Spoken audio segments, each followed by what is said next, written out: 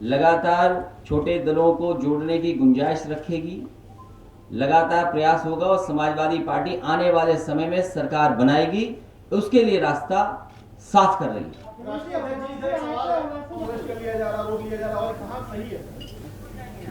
इस आंदोलन में समाजवादी पार्टी पूरी तरीके से शामिल रही है और हमारे पूर्व मंत्री बलवंत सिंह रामूपालिया जी यहाँ बैठे हुए हैं। इन्होंने लगातार किसानों के सवाल पर और समाजवादी पार्टी का एक एक कार्यकर्ता जो दिल्ली के कानून हैं उन कानूनों के खिलाफ लगातार संघर्ष कर रही है। मैं ये दावे के साथ कह सकता हूं कि देश में इतने किसी पर मुकदमे नहीं लगे होंगे जितने समाजवादी पार्टी के नेता और कार्यकर्ताओं पर मुकदमे लग रहे हैं इस आंदोलन में। ये तो बहुत छोटी सी घटना है और वही कर सकता है जिसका बहुत छोटा दिल हो, जो जनता के सामने ये न कह पाए कि जो कानून बने हैं वो उनके पक्ष में है कि उनके लिए डेथ वारंट तैयार हो रहा है। मैं सरकार से जानना चाहता हूं, सरकार का लगातार ये बात आती है कि वो एमएसपी देंगे, कम से कम ये बताएं कि एमएसपी मिलेगी कहां पर। पूरे उत्तर प्रदेश का धान बिक गया, लुट गया, किसान को कहां एमएसपी मिला ये भारतीय जनता पार्टी के लोग बताएं। ये देवी पाटन मंडल के बहुत सारे महत्वपूर्ण नेता बैठे हैं, इनके जिले में धान होता होगा, भूल जाइए हमें धान की कीमत नहीं मिली। ये बैठे हैं वैद्यनाथ दुबे जी, बताओ आपके यहाँ धान होता है कि नहीं होता है। ये चेयरमैन कमरुद्दीन साहब बैठे हैं, धान है कि नहीं है। ये हमारी शुक्ला जी बैठी हैं पूर्व विधायक, बताओ इनके यहाँ धान है कि नहीं है।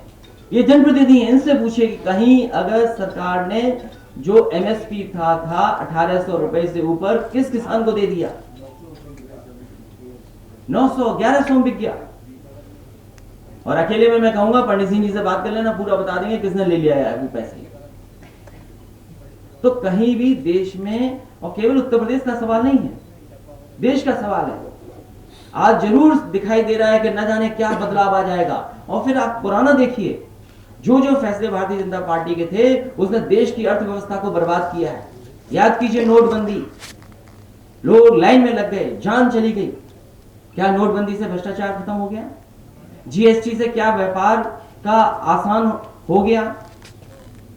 इसी तरह लॉकडाउन का जो फैसला था, याद कीजिए, क्या उत्तर प्रदेश में 90 से ज्यादा लोग जो मजदूर चले थे दूर दूर से, उनकी जान नहीं चली गई? बताओ सरकार ने क्या मदद की। और मैंने उस समय भी कहा था कि सरकार के पास 90,000 से ज्यादा बसेस हैं, लेकिन सोचिए सरकार ने क्या किया, एक भी बस नहीं चलने दी, लोगों को पैदल चलने दिया। कौन भरोसा करेगा भारतीय जनता पार्टी पर कि जो कानून ला रहे हैं उस कानून से किसान बर्बाद होगा कि नहीं होगा।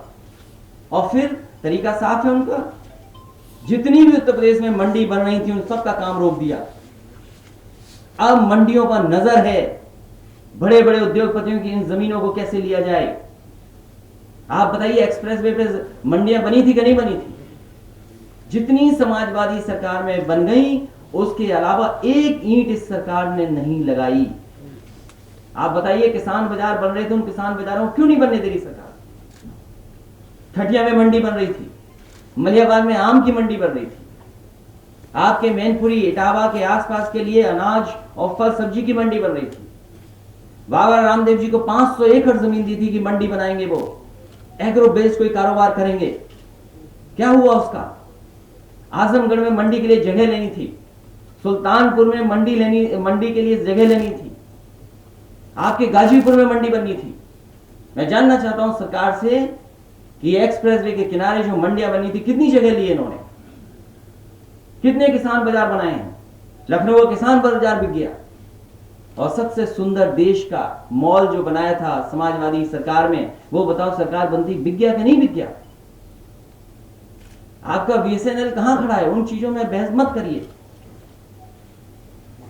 ये सरकार किसानों को धोखा दे रही है। और फिर और डिटेल में आप जाओगे, क्योंकि उद्योगपतियों को यह पता है कि जो पैक्ड आटा है, जो पैक्ड आटा हम और आप खरीद रहे हैं, उसका बाजार 20% की ग्रोथ रेट से बढ़ रहा है। कोई है कारोबार ऐसा? बताओ हमें। कि जहां पर ग्रोथ रेट इतनी हो, तो इनकी नजर केवल किसान की पैदावार पे नहीं है, नजर बाजार पे भी है। और किसान को अगर बाजार पे छोड़ दोगे तो किसान कैसे मुकाबला करेगा। और आप हमसे जुड़े रहने के लिए सब्सक्राइब करें YouTube पर, फॉलो करें ट्विटर पर और लाइक करें Facebook पर। और ज्यादा जानकारी के लिए न्यूज नशा की वेबसाइट पर जाएं। आपको टाइप करना होगा सिर्फ न्यूज नशा।